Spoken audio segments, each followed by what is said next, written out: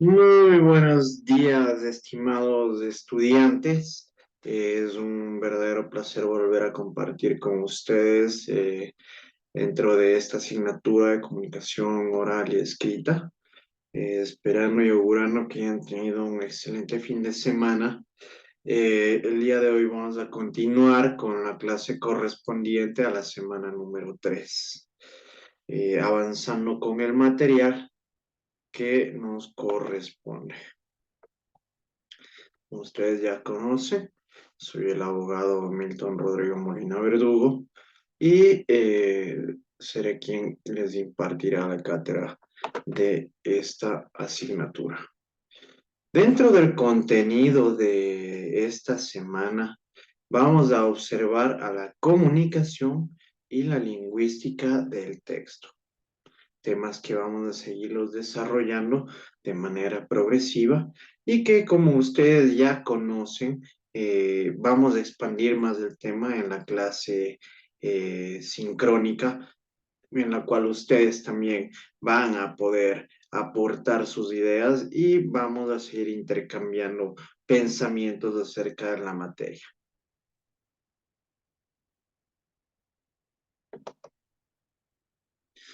Dentro del objetivo de esta semana, vamos a demostrar que la comunicación es el proceso mental en el que interactúan el emisor y el receptor para intercambiar las ideas, conocimientos, experiencias y sentimientos que se transmiten a través de un código, un mensaje y un canal adecuado. ¿Sí? Como ya es de su conocimiento, nosotros vamos a ir profundizando dentro del desarrollo de la clase y vamos a ir tocando temas de manera mucho más puntual.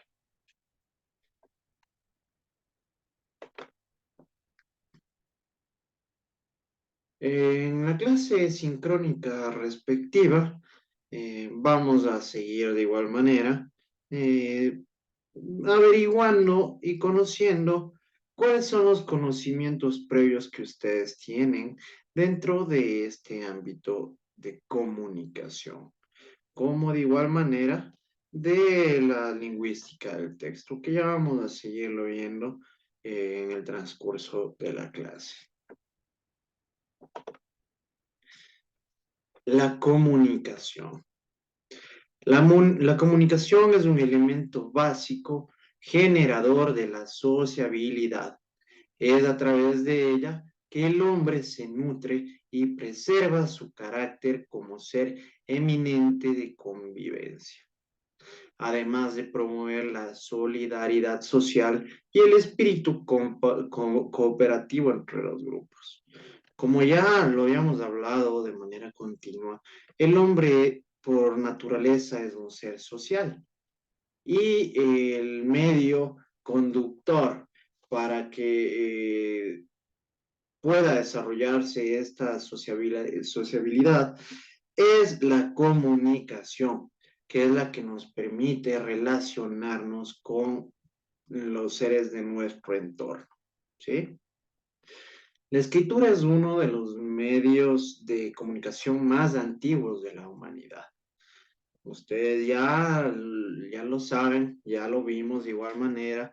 Incluso descubrimos cuáles fueron los inicios de la escritura y que de hecho a través del lenguaje y el desarrollo humano se han ido creando estos sistemas de signos, de símbolos que nos han permitido comunicarnos y que además de esto ha provocado que podamos preservar conocimientos ancestrales o de otras eras o etapas. Es un método de intercomunicación humana que se realiza por medio de signos visuales que constituyen un sistema.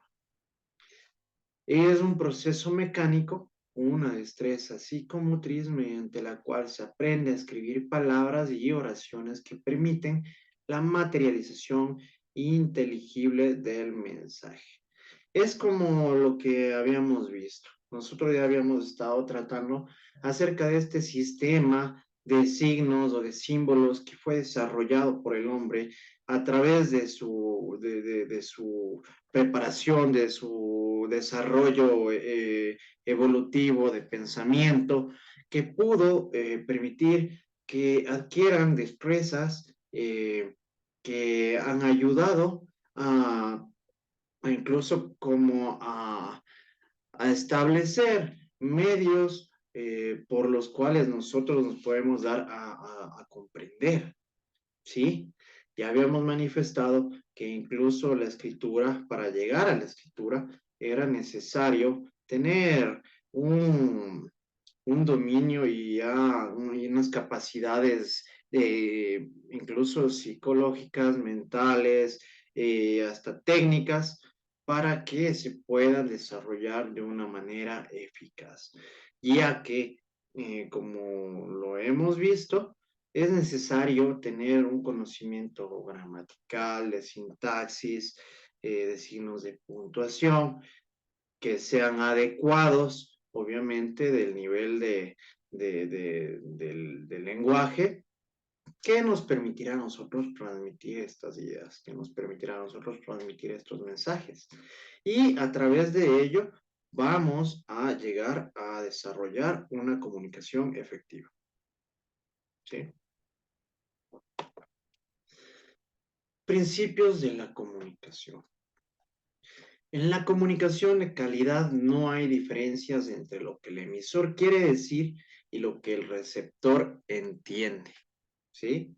En la comunicación en general y en el mundo profesional en particular, lo importante se considera lo que entiende el receptor y no lo que el emisor quiere decir. Entonces, ¿qué quiere decir esto? Que si nosotros emitimos un mensaje tal vez oscuro, que no esté tan claro o que no sea de fácil comprensión, tal vez el mensaje no va a ser recibido de manera adecuada, lo que va a provocar que el receptor no pueda entender la transmisión de dicho mensaje.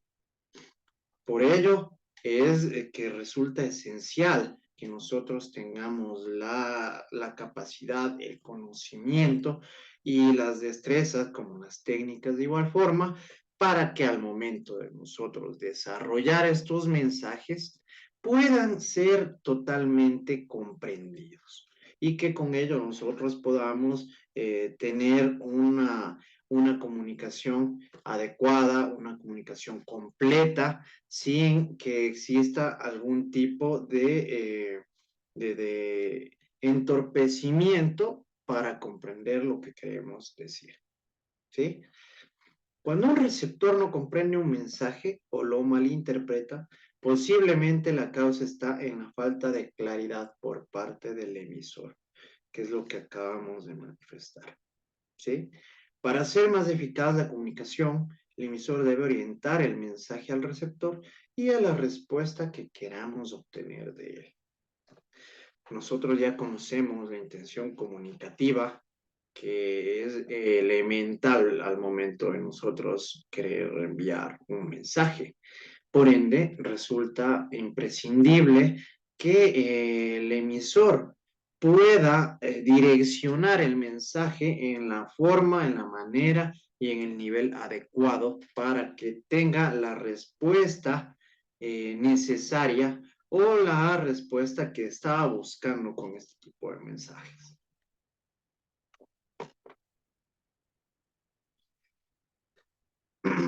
Elementos, tipos y niveles de la comunicación. En el circuito de la comunicación intervienen varios elementos, tales como emisor, receptor, código, mensaje, canal, contexto, retroalimentación y ruidos, que vamos a irlo desglosando uno por uno y analizándolos de una forma más profunda para que ustedes puedan tener una mejor comprensión. En este sentido, vamos a analizar lo correspondiente al emisor. Emisor. La comunicación es un interminable circuito de interacción. El emisor persona u organización es el responsable de codificar el sistema y organizarlo, adecuarlo y vincularlo con la intención comunicativa y lo que quiere transmitir. Es decir, emitir el mensaje. La codificación del sistema de signos, o también llamada lengua natural o lengua 1, se hace necesaria para que el mensaje sea más claro posible, ya que tiene que viajar hasta llegar al receptor. En este sentido, nosotros ya tenemos conocimiento de que el emisor es la persona que emite este mensaje.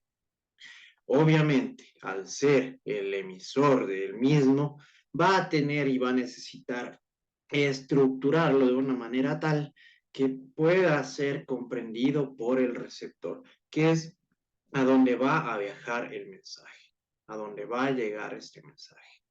¿Sí? Receptor. El receptor, persona u organización, emplea un rol inverso y proporcional al del emisor. Por cuarto, es el encargado de la decodificación, organización y comprensión del mensaje enviado por el emisor. Es decir, que en este sentido, el receptor va a ser la persona que se va a encargar en decodificar este mensaje, ¿sí? Obviamente, aquí es imprescindible que el receptor también tenga la preparación adecuada, los conocimientos necesarios para que pueda recibir el mensaje de una forma clara. Porque obviamente si no tenemos muchas veces un nivel de comunicación adecuado para el tipo que se está desarrollando, no vamos a poder entender el mensaje emitido por el emisor, ¿sí? Existen dos clases de receptor, el activo y el pasivo. El pasivo es quien se queda solo en recibir el mensaje y el activo o perceptor es quien tiene una intención comunicativa mutua con el emisor.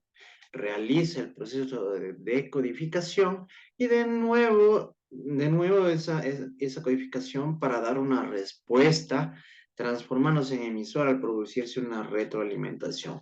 Entonces aquí ya podemos percatarnos que existe un intercambio de datos y de información, ¿sí? Y aquí en este sentido, el receptor activo va a dar una contestación referente al mensaje recibido por el emisor, ¿sí? Sistema, lengua natural o lengua.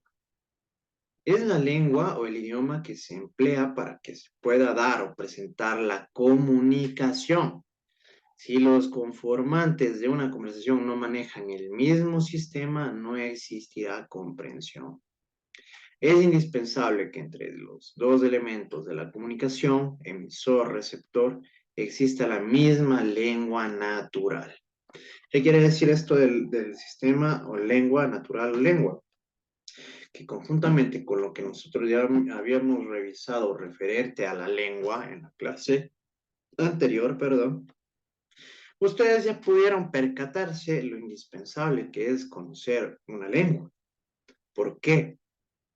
Porque simplemente si el emisor o el receptor no tienen comprensión de la misma lengua, lo que va a producirse es que no existe una comprensión o no existe un entendimiento del mensaje por obvias razones de desconocer este sistema. Por ende, es imprescindible también y es elemental que las personas, de tanto emisor como receptor, tengan conocimiento sobre la misma lengua, ¿sí? Porque con ello va a provocar que exista una comprensión total del mensaje y que no sea intervenida o no sea malinterpretada por uno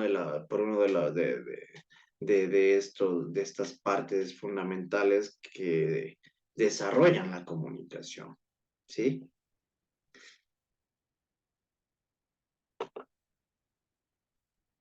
Código. Los sistemas o idiomas manejan un conjunto de reglas propias para su uso. El emisor necesita combinar los fragmentos de lo que se componen los sistemas de una manera adecuada para que se comprenda con el receptor. Caso contrario, la comunicación será inútil. Podemos ver el manejo del código es imprescindible para que funcione el proceso. Pues si un técnico de fútbol emplea un código para enviar un mensaje a sus jugadores, ellos a su vez deben estar familiarizados con el sistema que usa para comprender las instrucciones. Del mismo modo en ajedrez, en la marina, entre otros ejemplos. Justamente eso también yo lo había mencionado dentro de lo correspondiente de los niveles de lenguaje. Esto, lo que refiere a los códigos es que vamos nosotros a necesitar conocer de una forma puntual y especializada sobre algún tipo de tema que necesitemos desarrollar. ¿Por qué? Porque habíamos puesto ya un ejemplo en una de las clases. ¿Qué sucedería si una persona que tiene una preparación técnico-científica bastante profunda en matemática avanzada les explica algo utilizando terminología que desconocen? Esto lo que va a tener como resultado es que no existe una comprensión del mensaje. Es por ello que muchas veces dentro de la intención comunicativa nosotros debemos incluso verificar a qué público va dirigido para que podamos mantener este mismo código y con ello evitarnos este tipo de inconvenientes que muchas veces frustran una comunicación adecuada. ¿Sí? Mensaje. El mensaje es el contenido de la información enviada. Es un conjunto de ideas, de experiencias, sentimientos, entre otras cosas que expresa el emisor que deben estar codificados de manera correcta para que el receptor lo pueda entender por medio de la decodificación. Son las cosas que decimos o escribimos, dependiendo el canal que usemos. ¿Sí? Obviamente, el mensaje debe estar correctamente estructurado para que tenga sentido, para que tenga lógica, para que sea comprensible y con ello nosotros podamos llegar con el mensaje al receptor o al emisor, al receptor de una manera correcta. Canal. Es el espacio por donde se transmite el mensaje o información, formando una conexión entre el emisor y el receptor. Una conversación en una cena, en un estacionamiento, en un auditorio, se llama también medio. Pueden sumarse otros ejemplos como las conversaciones por medio de la web, teléfonos y otros artículos electrónicos como el chat, videoconferencias y llamadas por celular. Obviamente estos canales van a ser las circunstancias en las cuales nosotros vamos a desarrollar esta comunicación o este intercambio de datos, ¿sí? Entonces, siempre es importante conocer el canal por el cual vamos a desarrollar esta información para que pueda tener un resultado eficaz.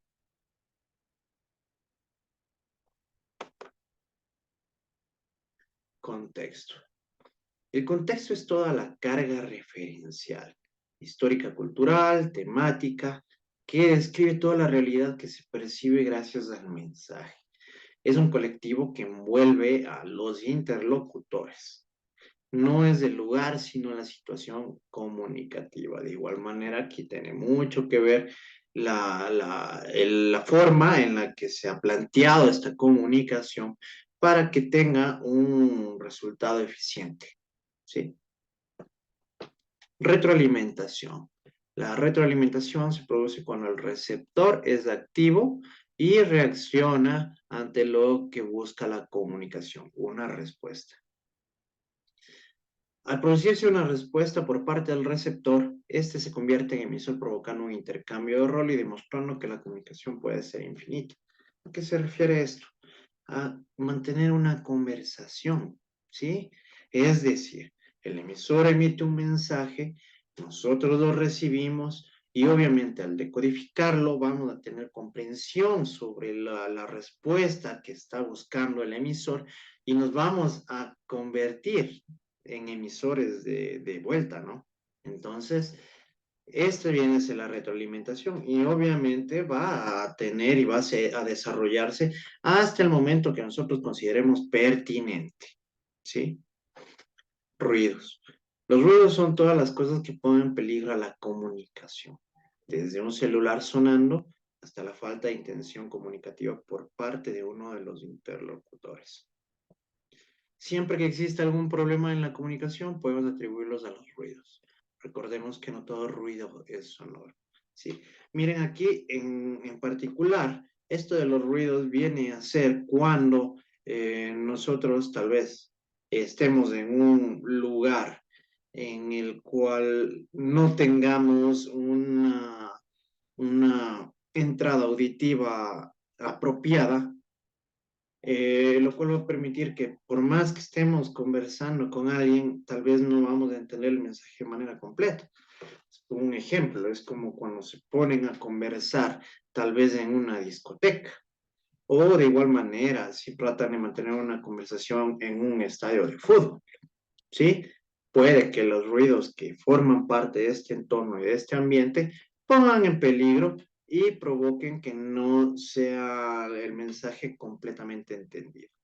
Además, aquí también, dentro de los ruidos, nos manifiesta que cuando un emisor no articula, estructura, organiza bien sus pensamientos, sus ideas, también puede considerarse como un ruido.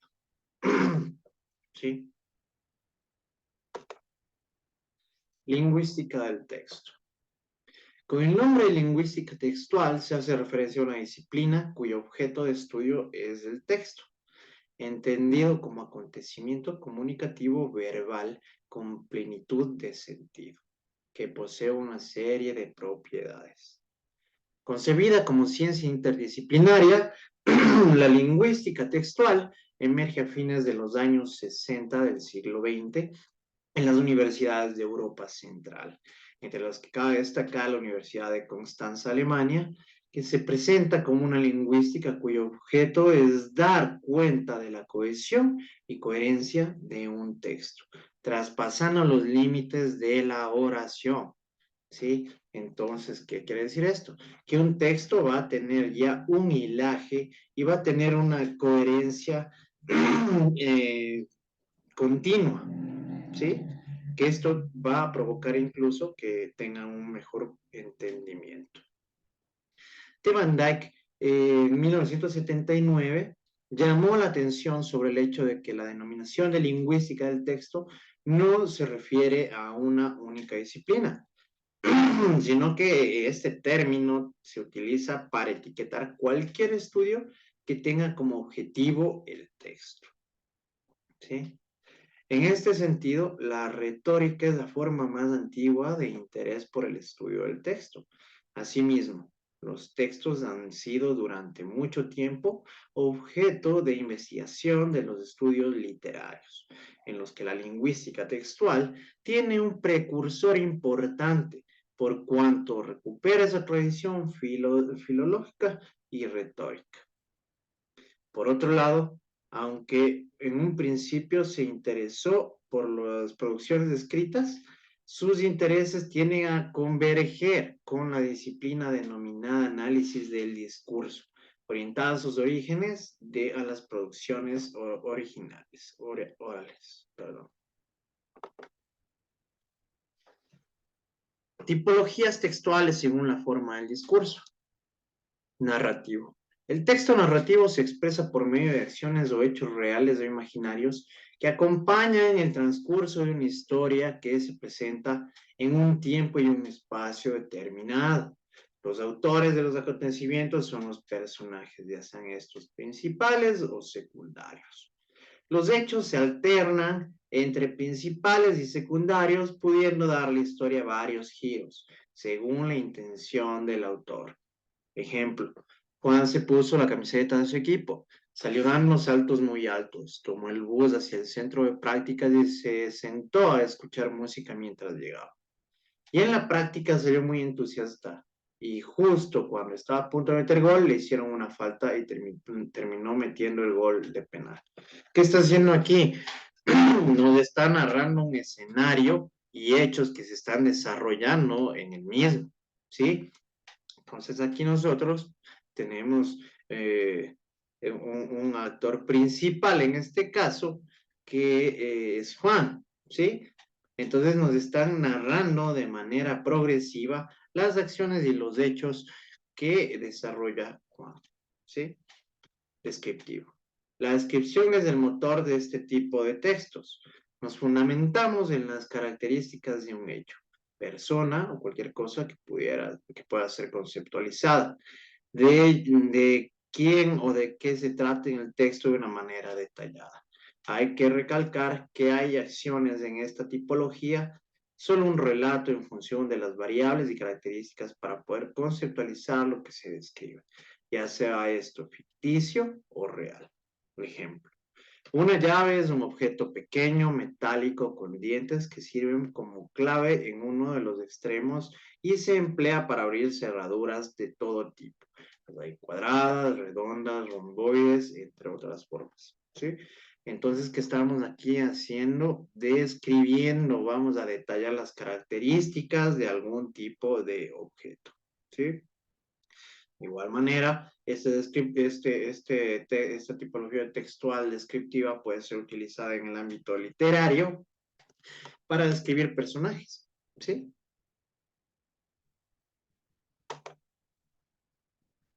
Expositivo. El texto expositivo tiene como finalidad la de poner en conocimiento de un grupo de personas alguna información o difundir algún conocimiento. No presenta puntos de vista, sino solo los datos que quieren transmitir dentro de la mera exposición. Presenta además una serie de aclaraciones y puntualizaciones para llegar a las conclusiones o resultados de una manera precisa. Algunas exposiciones se hacen también con la finalidad de convencer al interlocutor. En ellas se debe añadir argumentos para validar nuestra investigación y para, llamando la atención del lector, plasmar nuestra postura con relación a determinado tema como en el texto antes leído. ¿Sí? Entonces, miren, tenemos nosotros también estos textos expositivos de los cuales vamos a transmitir información y datos, ¿verdad? En los cuales nosotros vamos a poder dar este tipo de exposiciones con la finalidad de transmitir algún tipo de información, de dato o de conceptualización, ¿sí? Texto expositivo argumentativo. En estos textos, el emisor tiene que exponer varios temas y tomar postura, a favor o en contra, con referencia a ellos. Debe explicar sus puntos de vista de una manera estratégica, para que él o los receptores terminen convencidos de que lo que dice el emisor es verídico y fiable. Ejemplo, tesis. Debe prohibirse la publicidad de bebidas alcohólicas en la televisión. Varios y corroborados estudios existentes dentro de la psicología de los adolescentes demuestran que ellos pasan una gran parte del tiempo diario observando la televisión. Y a esta edad, y a los jóvenes son especialmente sensibles a los valores expuestos en este tipo de propaganda. Así, la amistad, el amor, la aceptación son prioridades dentro de su vida y las ven idealizadas y vinculadas con el consumo de este tipo de sustancias. Por tanto, la publicidad de bebidas alcohólicas debería ser prohibida. Mira, aquí tenemos un claro ejemplo. ¿Qué está tratando de hacer aquí el autor con este ejemplo? Está tratando de convencernos, ¿no? Nos está dando su postura. En este sentido, él está en contra de la publicidad de bebidas alcohólicas en las que aparezcan imágenes de adolescentes o que en las que se muestre que al consumir estas bebidas alcohólicas van a llegar a tener algún tipo de vida sobrevalorada, ¿no? Entonces, miren, ya tenemos un claro ejemplo. Dentro del texto expositivo argumentativo, ya nos está tratando de convencer. Ya no simplemente como en el expositivo tenía la finalidad de poner en conocimiento datos, sino aquí ya nos trata de convencer, ¿sí? Llevándonos a uno o a otro lado de la postura referente a cualquiera de estos temas. Diálogo. El diálogo es una herramienta dentro del texto que se emplea para representar una conversación, una obra de teatro, una entrevista, entre otras. El diálogo es importante por cuanto nos muestra quién dice qué cosa y en qué momento. Ejemplo, periodista, Campeonato Nacional está por comenzar y nos disponemos de escuchar a Pedro Arrieta, director técnico de Melec. Pedro, los Leones Colorados no podrán vencernos. Traemos a nuestros mejores jugadores y sobre todo Godoy se encuentra en su mejor momento. Instructivo, ¿sí? Entonces aquí miren, dentro del diálogo nosotros tenemos clarísimo que como ejemplo tenemos los diálogos de los libros, ¿sí? Ustedes habrán leído algún libro en el cual se puede establecer que se puede establecer personajes y cada quien tiene su parte, su diálogo, su intervención. Esos son ejemplos de textos de diálogo. Tenemos de igual manera en una distribución de texto, tipologías de texto según el ámbito de uso. Dentro de ellos tenemos los periodísticos, una entrevista, una noticia, un artículo social o ideológico. Todas estas modalidades tienen dentro de sí el texto periodístico. Se refiere a una información corroborada que es de interés público. Obviamente, una investigación que debe tener información veraz, real, ¿sí?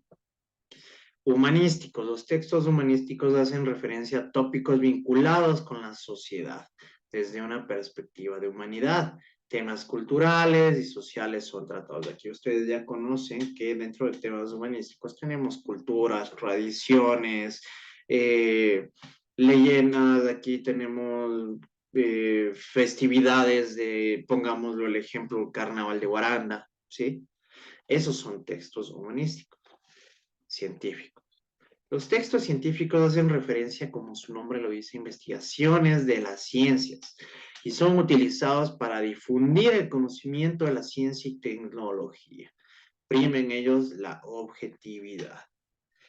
Son los textos que ustedes ya van a conocer y van a revisar y van a estudiar dentro de su preparación académica universitaria. Son textos que se basan de manera fundamental en la objetividad, en los datos reales, en la veracidad de los acontecimientos, en información debidamente corroborada a través de experimentación, ¿sí? Jurídicos. Los textos jurídicos son los que hacen referencia a la legislación. Dentro de esta variedad se encuentran los artículos, las normativas, leyes y excepciones, aquellas que nos permiten vivir en pacífica convivencia. Las leyes pueden reformular o hacer aclaratorias dependiendo de lo que buscamos. Sirven para tener una ecuanimidad legítima dentro de nuestras leyes jurídicas y administrativas, ¿sí? Textos jurídicos, Código Orgánico Integral Penal, la Constitución, el Estatuto de la Universidad Estatal de Bolívar. Estos vienen a ser textos jurídicos. Tenemos textos literarios, que son de origen puramente estético, para el goce y disfrute del lector. Podemos estar hablando de novelas, cuentos, poemas, entre una infinidad de escritos de tipo artístico. Siempre me van a servir para resaltar la belleza de cualquier cosa o de cualquier forma y estado. En los textos cotidianos ustedes ya van a ver que tiene una estructura mucho más técnica, mucho más compleja y por lo general siempre va a estar más adornado, ¿sí? Como un libro. Puede ser el libro de Harry Potter, puede ser un libro de poesía de Pablo Neruda, ¿sí? Entonces ya tienen esta estructura y este contenido que es más hermoso, más bello, ¿sí? De la vida cotidiana. Son los textos que compartimos con familia, amigos, allegados, entre otros. Son las cartas que mandamos a algún pariente que se encuentra en el extranjero o lo que decimos en el parque. Esta expresión comunicativa que nos sirve para intercambiar información dentro del mundo cotidiano. Es como cuando ustedes están conversando con sus amigos, necesariamente no necesitan utilizar palabras tan adornadas o técnicas o complejas para darse a entender o intercambiar sus ideas, ¿sí? Conclusiones. A modo de cierre, planteamos las siguientes conclusiones. La comunicación es el medio indispensable para que exista una socialización adecuada entre el entorno en el que nos desarrollamos, ¿sí? ¿Por qué? Porque ya lo hemos visto, el hombre es un ser social por naturaleza. Entonces vamos a necesitar siempre comunicarnos de manera adecuada. La lingüística del texto es una disciplina cuyo objeto de estudio es el texto. Entendido como acontecimiento comunicativo verbal con plenitud de sentido que posee una serie de propiedades que ya las acabamos de ver. Es necesario conocer la tipología del texto para determinar la intención comunicativa correspondiente para transmitir nuestras ideas de una mejor manera, de una forma más precisa. ¿Sí? De ahí debemos distinguir las tipologías del texto según el ámbito de uso y según la forma del discurso, ya que cada una de ellas tiene características específicas. Dentro del desarrollo de la clase sincrónica, obviamente será el momento oportuno en el cual ustedes van a poder realizar las preguntas que consideren necesarias con la finalidad de absolver cualquier tipo de duda que haya quedado latente dentro del desarrollo de la información. ¿Sí? Muchas gracias. Ha sido un verdadero honor y un verdadero gusto haber vuelto a compartir con ustedes y les deseo un excelente inicio de semana y bendiciones durante el proceso educativo correspondiente. Gracias.